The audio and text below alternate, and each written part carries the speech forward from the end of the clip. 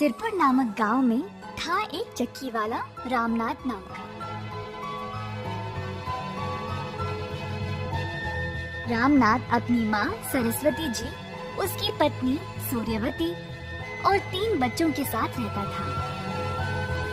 गांव में रामनाथ का मिल अच्छे से चल रहा था, तो उसने सोचा कि वह एक और मिल शहर में खोलेगा।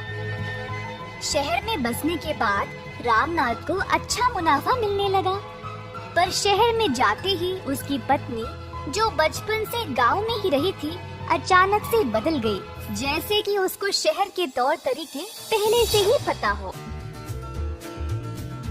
महंगे हैंडबैग्स, चश्मे वगैरह खरीदने लगी और कोई अमीर शहर की महिला की तरह तैयार होने लगी।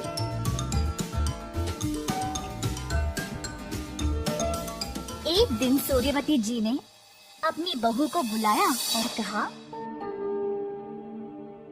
सूर्यवती, इन सारे बैग में है क्या?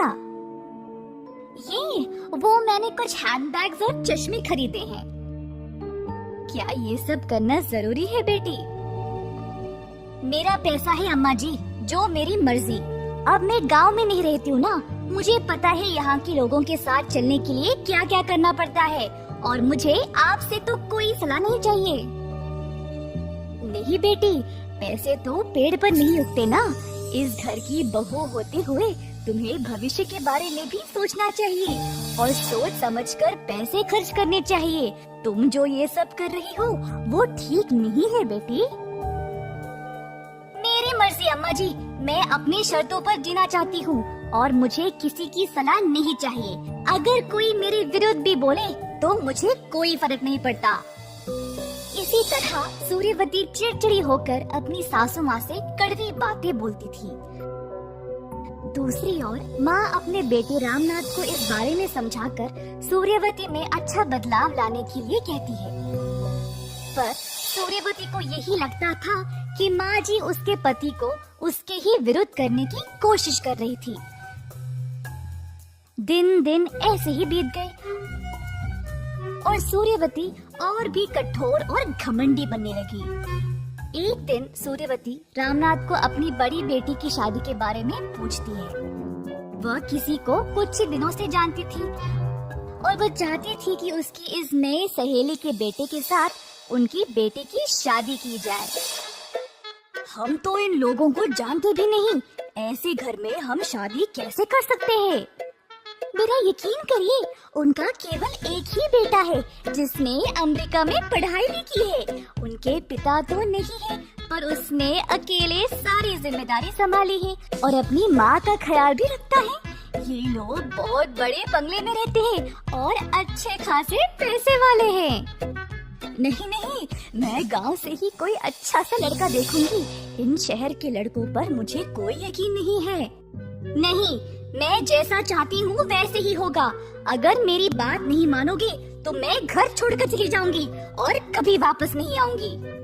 अपनी पत्नी का बर्ताव देखकर रामनाथ चुपचाप चला गया, उसकी बात मानते हुए। सूर्यवती ने अपनी बेटी की शादी आखिरकार अपनी सहेली के बेटे के साथ कर ही दी। शादी के बाद एक दिन सूर्यवती अपनी बेटी के ससुराल गई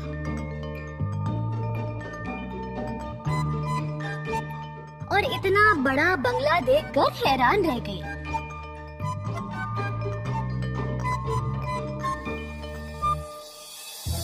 उसी समय उसका दामाद आया। आजकल बहुत चोरी हो रही है माँ जी, पर हमें कोई दिक्कत नहीं। मैंने हमारे सारे मूल्यवान चीजें लॉकर में डाल दिए हैं। ये लॉकर क्या है बेटा?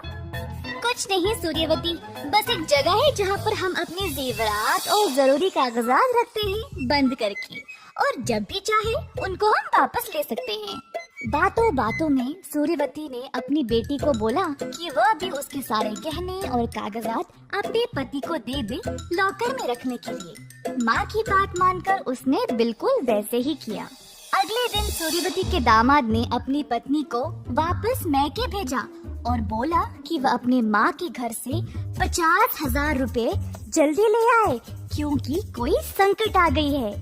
बिना सोचे समझे सूर्यवती ने उसको पैसे दे दिए। पैसे मिलने के बाद फिर से अगले दिन दामाद जी वापस अपनी पत्नी को मायके भेज देता है, उसके पूरे सामान के साथ, ये कहते हुए कि वो और उसकी माँ विदेश जा रहे हैं किसी काम के सिलसिले।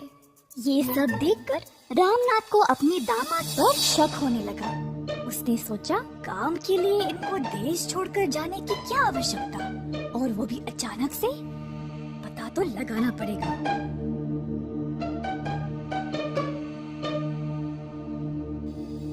पूछताछ करने पर रामनाथ को पता चला कि उसके दामाद ने 6 महीनों से अपने बड़े से बंगले का किराया ही नहीं दिया था।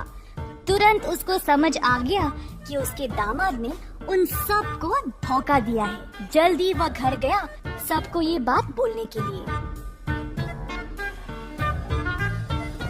बिना जाने मैंने बेटी की शादी उस धोखेबाज से कर दी और बेटी के सारे जेवरात और कागजात भी उसको ही दे दिए, और परसों तो बिना सोचे समझे मैंने 50,000 रुपए भी दे दिए। मुझे समझ ही नहीं आया ये सब जब उसने बच्ची को घर वापस भेज दिया था। सूर्यवती ने फिर रामनाथ और सासू माँ से माफी की भीख मांगी। उसकी मूर्खता और घमंड की वजह से उन्होंने अपने सारे जेवरात और जरूरी कागजात खो दिए और उसकी बेटी की जिंदगी भी बर्बाद हो गई।